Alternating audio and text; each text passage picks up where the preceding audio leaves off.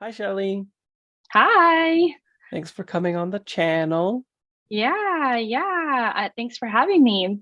What are we doing today? Today we are going to do the ideal Booker Longlist as compiled by you and you graciously have given me more spots than yourself. I have 8. You've read more, Yeah, but still, but go ahead. it's Yeah, go still ahead. not even. It is no. And you have 5 spots. I have 8 spots. We've done a video on your channel, the Mhm. culling of the books that had to be culled for various reasons. You'll have to watch to find out why. And now It's an this, informative video if you want to know more about the Booker. It's, it'll help you as we have been trying to process the Booker rules. Yeah. exactly. You'll have seen our stumblings, and so you will not stumble yourselves. And if you want to get really into the conversation, we're pointing you to some resources. Yes, indeed. Mhm. So yeah, this will be ideal. I like the idea of ideal because I myself have only read a third of the potentials or thereabouts. Mhm. And so I just decided to choose books that I myself have read, even though I think there are likely books to make the long list that have not come out yet. I don't have access to. Nobody does yet, presumably anyway, unless you're like a NetGalley aficionado, Bob. Uh, um, but yeah, so it'll just be this is in an ideal world. Had the judge only read the amount of books that I did, this is what they would have picked if they have as good taste as me. Okay. Okay. Do you want to start? No, actually, well, you have more slots, so maybe you should start. Can you? Well, yeah. That's good too. Are they Okay. in any kind of order? They're not. I am Okay. non-discriminatory with these. Okay. They're all your favorites. Yes. Yes. Okay. The Sounds good. first book is one that I myself added to the eligible list on the Goodreads thing, the Okay. Booker eligible list. And Goodreads it has a is, Booker eligible list, by the way. yeah, I'll link it below. And if I don't, poke me, and I will. Yeah. um, the first book is Post Traumatic by Chantel V. Johnson. Oh, you told me about this book, but can you tell me about it again briefly? Yes, this is what's sort of being dubbed the post DWM book, Depressed Woman Moving Through the World, in which it takes seriously, or more seriously, I should say, than typical literary fiction does for somebody who has been marginalized and traumatized and is moving throughout the world. And it addresses those concerns much more expressly and in an interesting manner, which I won't give away, but I found particularly effective. Oh, well, that's exciting. I know Yes, you, I know you really enjoyed that book. I did. I did. You did. Wow. I'm I'm going to share my first one. And mine is in an like the mine are in an order. So mine go from like the books I'm least invested in to the most invested in.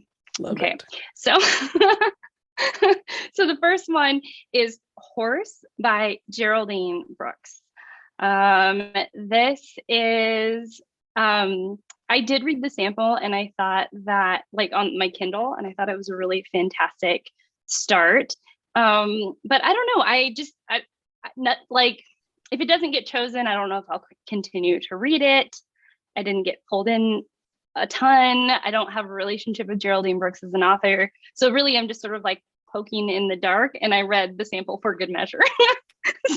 And I liked it. I did like it and I hope something comes of it, but if I get distracted, I might not revisit it. It didn't leave a hearty impression on me.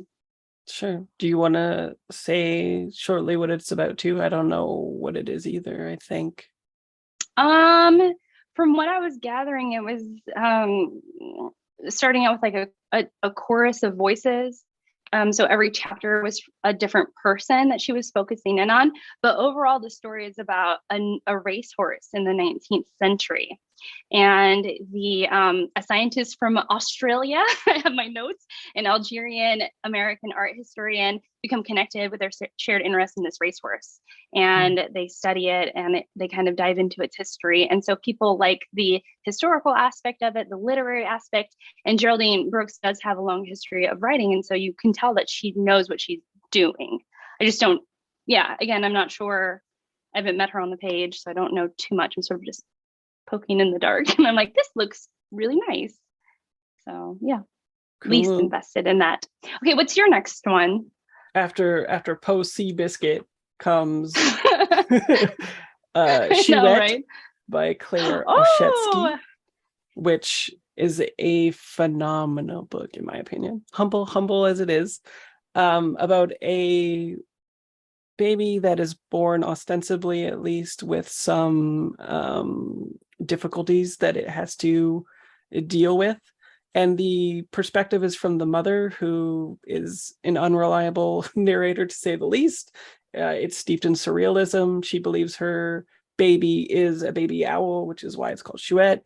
And the tension is, I would say, between the parenting styles of the mother-father, her sort of believing that this baby should be raised almost in a feral style, whereas the father is diametrically opposed, but it's actually very good at dissecting the ways in which they fail the child both, I think.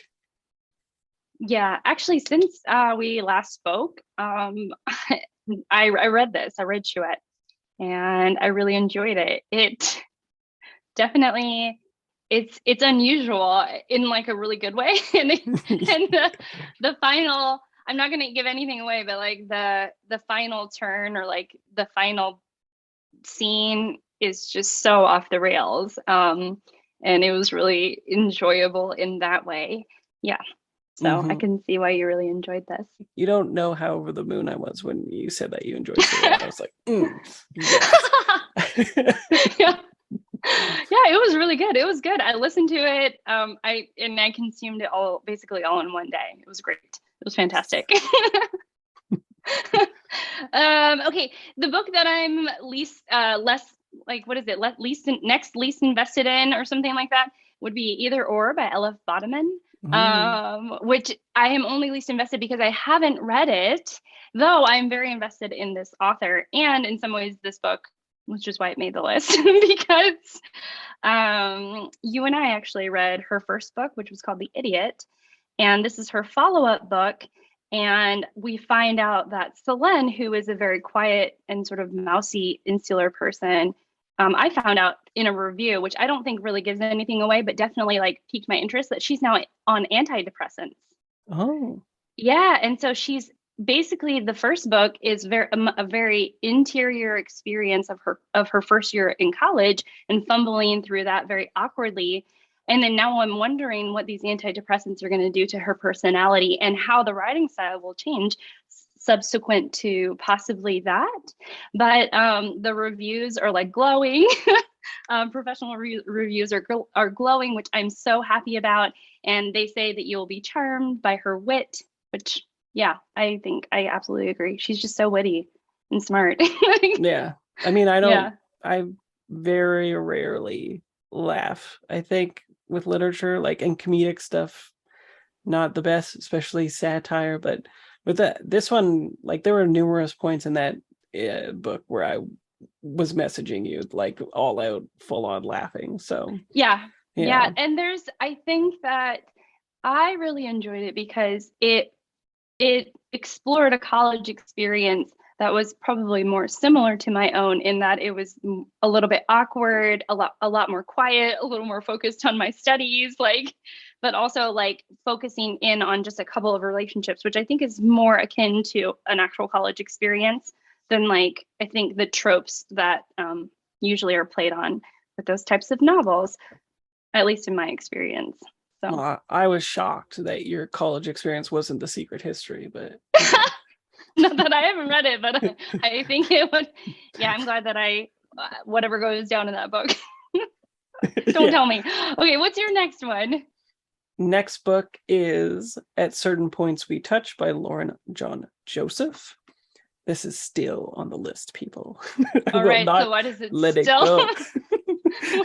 why does it still make the list? I think it is just really different. It is narrated by a trans woman in the future, uh, looking back on events, particularly pertaining to an individual that we know right off the bat has died at some point, and she is writing this story Mm. in a fervent flurry of activity, an anniversary of his death, and it looks back pre-transition at the queer scene and this tumultuous relationship with an individual who was like at a precipice in his life where he was going to either probably become a really nicer person or go the other way. Like he was a Oh.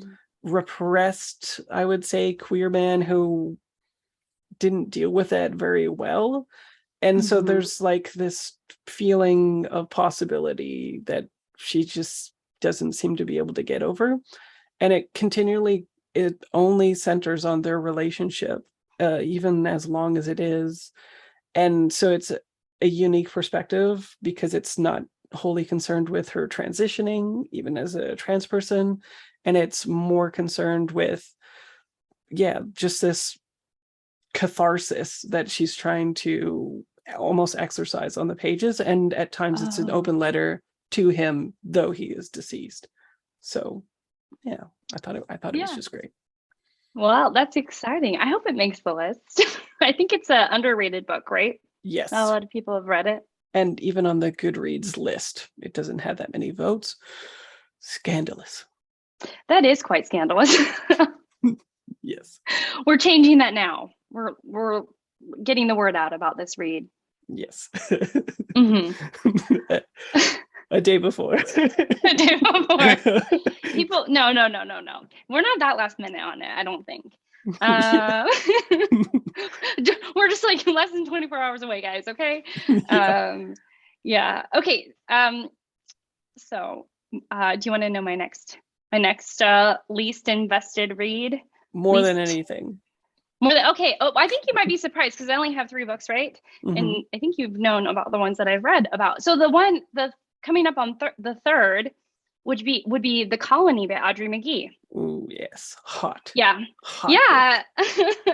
So this is, I don't know, I guess to some it would be a historical fiction novel because it's set in 1979 on this remote island in Ireland, or off of on in Ireland, right off of Ireland, right? Off the Yeah. shores of Ireland. And basically it is occupied by one multi-generational family, and they have two strangers that come and visit, and one of which is there to observe and like research and preserve the language that's still contained on this very remote island, and the other one, the other stranger, is there to produce art and have an experience. And it is, I think the tensions come from the strangers and their missions on the island and the way that they interact with the family, but also the way the family, sort of their relationships and betrayals that come out through the story, which is kind of very slow moving but very effective, I thought. Mm-hmm. Mm-hmm. Actually, we read Yes. this together, so I don't know why I'm taking up all the airtime talking about it. Well, Uh, they haven't. they haven't. I Or know. maybe anyway. Are you one Right. of the 5 people that did not read this book? I know everyone wants it to. Everyone wants to make the Booker, and I wouldn't be surprised if it does. Yeah. It is a very well written, beautiful book that explores well loved themes like art and solitude, which readers love. Colonialism, gotta get it. Oh yeah, that's true. Colonialism, which was done in a subtle way, but also really it was good. Really good. Yeah. I didn't feel like anything about that book was overdone, which was quite nice. Yes. Mhm. More colony all the time. Yeah, the colony, and it has the best cover. Our cover is the best. Yeah, the US Yeah, one, yeah. the US Yeah. cover. Yeah. For Yeah, over once. here on this side of the pond. Okay, tell me about your next book. It is going to be one that I have since read, like after the other predictions Oh, video, I mean. after the predictions. Yep. Go ahead. What is it? Mercury Pictures Presents by Anthony Mara, I think is how you That's pronounce it. exciting. Marra. Yeah, it Yeah. was so good. And I struggle to sell it to people because there's so much going on with the book. It is about a mother and daughter who escape Italy under a fascist regime. They go to America as immigrants. And when she is a little bit older, she works for Mercury Pictures Presents, but then it spins out from there, becoming a story of the mother's story, and then other people who have worked at Mercury Pictures, at least in a peripheral context, as well as jumping backwards, describing the actual regime, the fascist regime that they have to escape from. And at the very beginning of the book, it's not a spoiler to say that the father is someone who doesn't exit, and he becomes a character that you follow at some points as well. So it's very intricate. It's just fantastic. The voice makes it feel kind of like a movie, even when it's not. And there's meta discussions about the context of propaganda with the media that we consume, and how it Oh, has authored the future, and how propaganda played such a big role in fascism, which I'm sure people already know about with the Nazis, but just in other contexts, as well as just like, yeah, mirroring the sort of like hyper reality of Hollywood in order to tell actual immigrant stories is where it's very brilliant, I think. interesting. I mean, I know you talked about it and then you told me mostly that it was like bananas. And then I was like, I'm in. I was like, Yeah. that sounds great. Because it does. I mean, it does sound really, really good, especially since it's so intricately done. And it seems like it's being very well received as well. So Yes. it seems like it's doing a lot, but it did it well. So, Hmm. And it and we love a book that does just that. it just would have dropped, maybe not yet actually. I think in the US it's August 2nd it comes out. Yeah, because I was looking at some of the books that we have been discussing, and they don't come out until later this Yeah. year. So, yeah. NetGalley uh, life. NetGalley, I know that. I know you were really down with the NetGalley at that point. Yeah, the only time I've ever been on NetGalley. I know, right? I know. I know. Okay. The next my number two book. So we're really getting up there. Okay, so it's Hmm. going to be Louise Erdrich's The Sentence. Mm. I finally read this, so yay! And you read this too, right? Yes. Yeah, a while Mm-hmm. ago, last year at some point. I really liked it, and I think I liked it more than most reviews that I've seen on BookTube for it.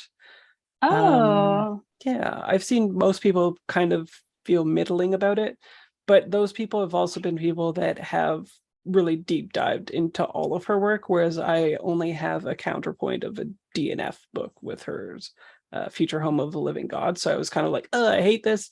Oh, I love this with the sentence. right, right. So for those of you who don't know what the sentence is about, it is about this main character, Tuki, who has just been released from prison, and you find out why.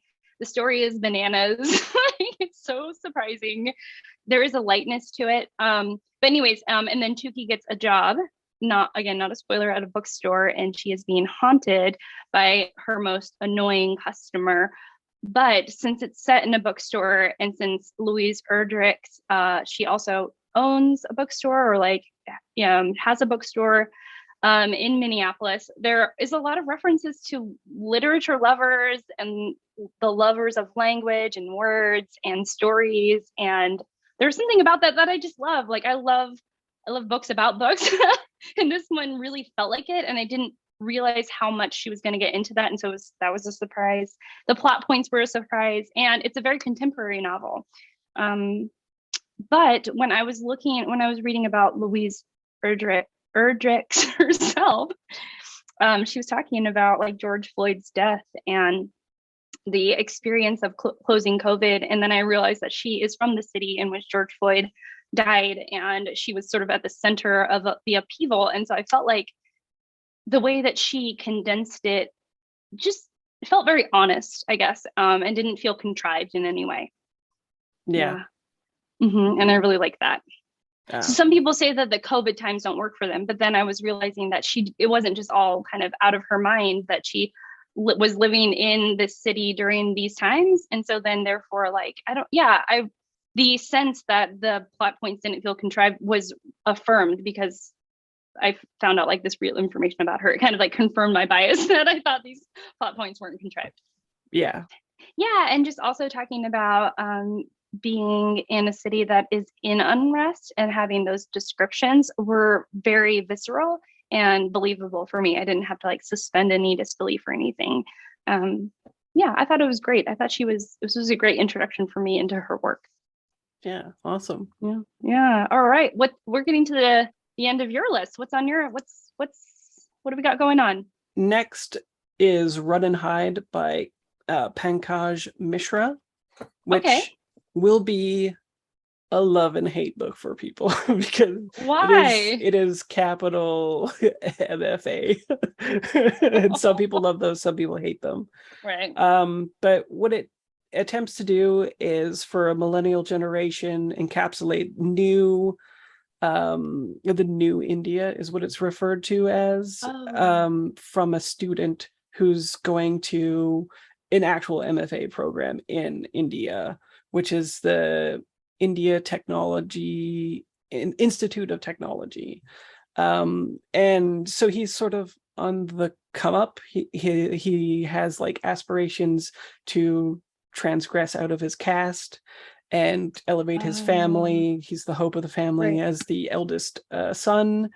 And it is more about the modernity creating a malaise in him, in like a deep apathy in which he doesn't care about actually playing the game and winning at capitalism, in the same time that the West is fetishizing India, even in literature. And everybody's trying to get onto this like gravy train, and he's just not connecting with like anything. So he's like one of those non-protagonist Oh, types nice. Okay. things. But it also follows two other students, his sort of best friends, while he's at the institute, and what happens to them in their future as well. The Oh, book is very clever structurally. He doesn't really express himself emotionally, but in the structure, you can discern what his thinkings and feelings are if you pay attention. And yeah, it just does a lot of smart stuff in addition to showcasing what India was going through from a perspective of somebody who isn't like, I don't know, the on the come up, the art of winning guy and stuff like that. So it does a really good job of showing, yeah, this deep unrest in the millennial culture, but from a different oh, point of view than the yeah. typical white guy who's like disaffected, you know? So I Yeah, thought it that's was brilliant. interesting. Yeah, yeah, that's great. I remember you talking about it. I just didn't realize that it was so impactful. Yes, so Yeah, good. yeah. What about you have Um, one more? I do have one more. I do, and it's the one that I really want to make the list the most. Yeah. And yeah, and I have it, but let me move my go, and Yeah. I have to. I know. So it is Young Mungo by Douglas Stewart. Yes. So this book I think I'm most invested in. It Douglas Stewart did win the Booker 2 years ago. So I could see why people wouldn't want him to maybe win, but I feel like this book is really well deserved for being on the list for a lot of different reasons. I'm gonna put it down. But you and I read it. You Yeah. liked it, no? I Yeah. thought it was stronger than Shuggy Bane for sure. Like I Oh, thought it was more really? complex. I feel like that is the book that he wanted to write and then maybe was a little bit hamstrung by publishing industry, not yet ready.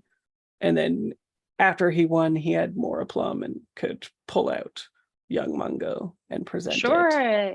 Yeah, yeah. I don't know. I haven't read Shuggy Bane. I thought the book it's so well plotted. There's such great characters. The writing is fantastic.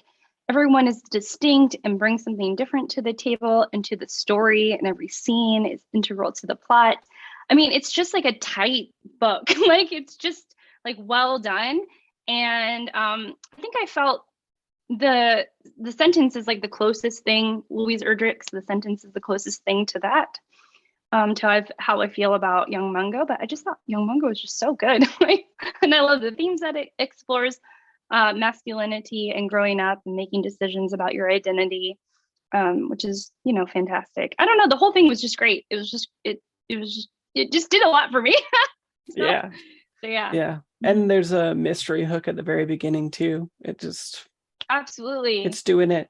It's doing it. Yeah. And I thought, and I mean, just everything that he chose to do, he did well. There was like two settings. They're very distinct. You didn't get lost in either of them. You know exactly where you are in every part of the story. It also even has like a hopeful ending, which for me is important if you're going to go kind of bleak. And this goes a little, it goes down a trail for a while, but we don't stay there forever. So yeah. Mm-hmm. 3 books left. Oh, gracious. Okay. Mm-hmm. Tell me about them. So the 6th book is one that you have heard of, and I think you would like if you read it. Okay. And it's The Trees by Percival Everett. Oh, yeah. Yeah. Oh, fantastic. Yeah. I had thought about putting this on my list, but I haven't read it and I couldn't talk about it well. Tell me about it. Yeah, this is it's a wild ride, let me tell you. And it's a little bit of a booktube darling too. So I bet a lot of people are hoping for it to make the list, at least around these parts here. At least last year was a little bit of a darling for a few people anyway.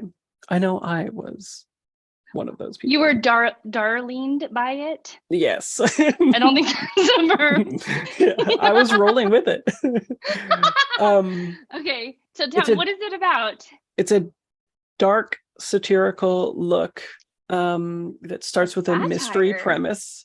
Yes, and I still liked it a lot. Actually, it's a deeply funny book, even though it is incredibly dark. It's the mystery hook at the very beginning is in a small town, 2 MBI agents, Mississippi Bureau of Investigation agents. I don't even know if that's a real thing or not, but in the book it is. They come to a small town because there's been a killing, and there is a black man and a white man, and the black man is holding the testes of the white person in their hand. Both of them are dead. It's kind of a mystery. And then it suddenly turns... Well... Yeah, it's intense. Okay.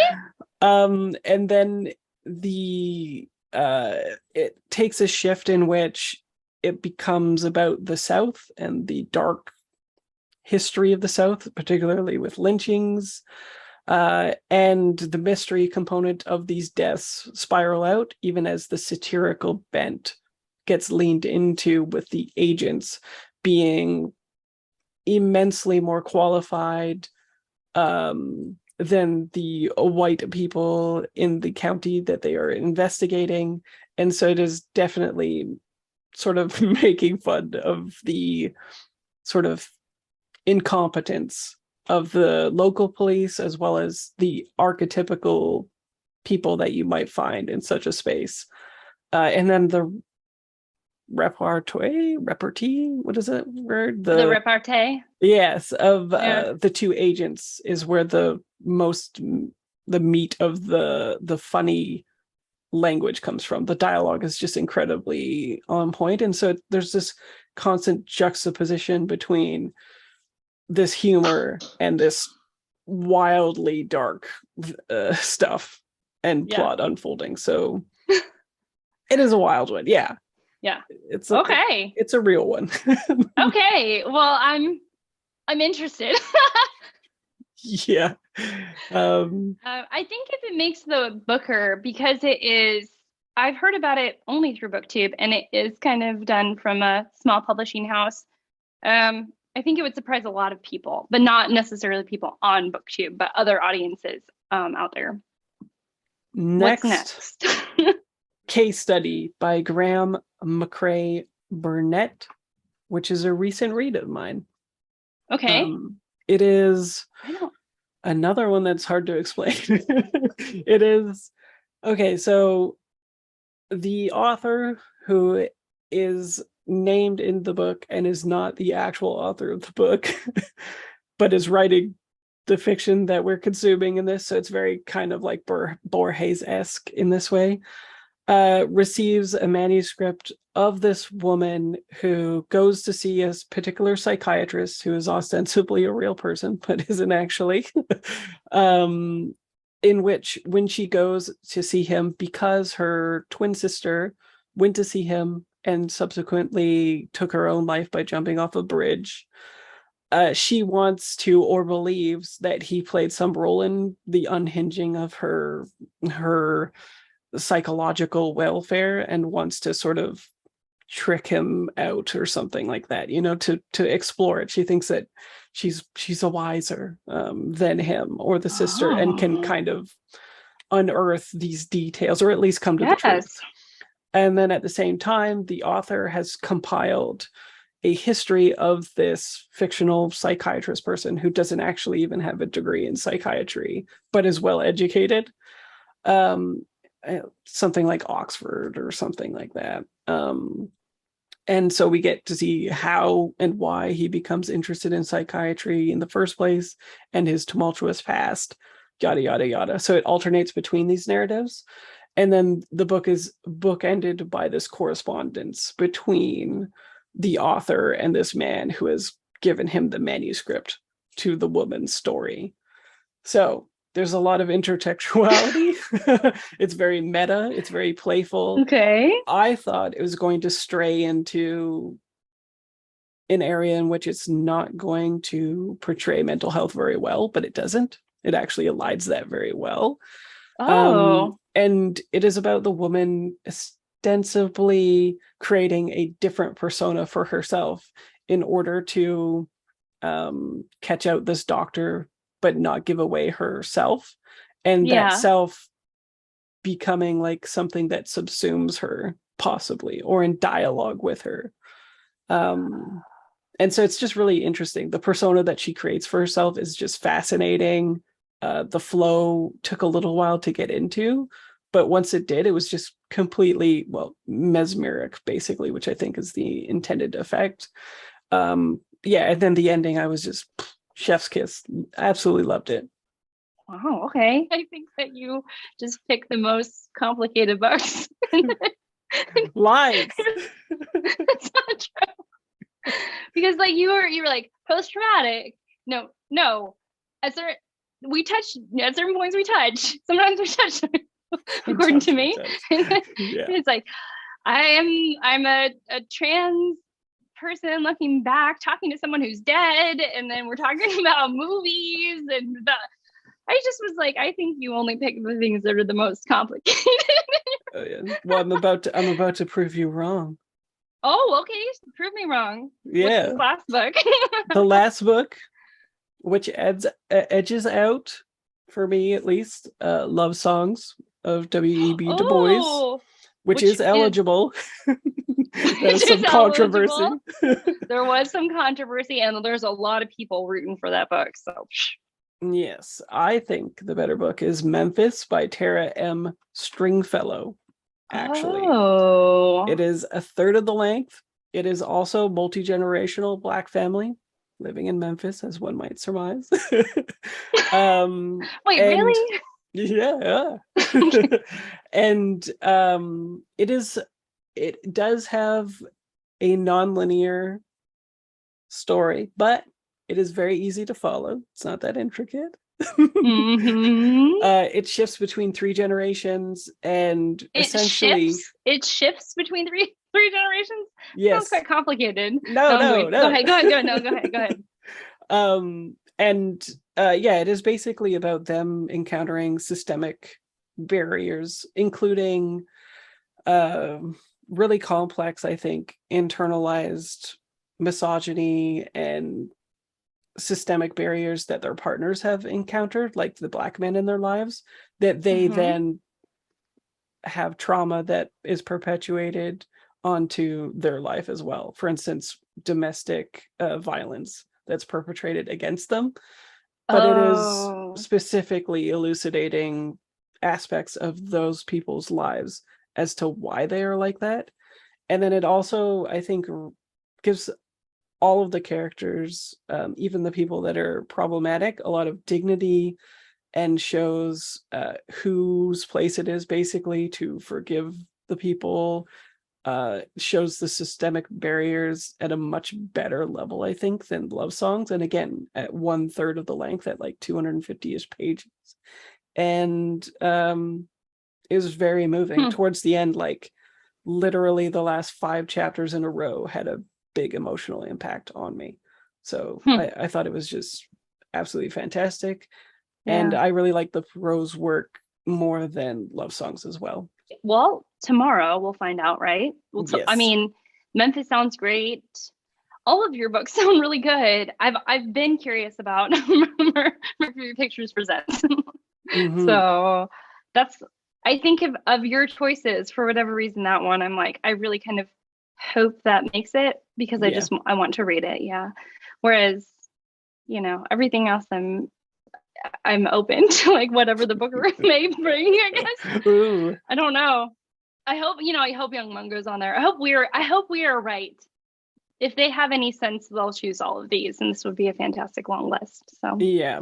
The only blind spot is a whole bunch of UK books that I just cannot get. Like a lot of big ones. This is the definitive predictions list. Yeah. So.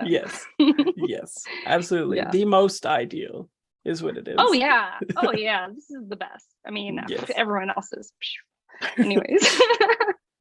So yes, next video will be a reaction video to the actual long list, in which I will riot. No, I'm just kidding. And that's going to be tomorrow. That's a tomorrow thing. Yes. So come back tomorrow. And thank you again for being on my channel, Shelly. Oh yeah, thanks for having me. I really appreciate it. Yeah. I'll see you tomorrow, which will blow my mind. I know, I'm excited. Y'all come back tomorrow. This is going to be great. Yeah. Okay, bye.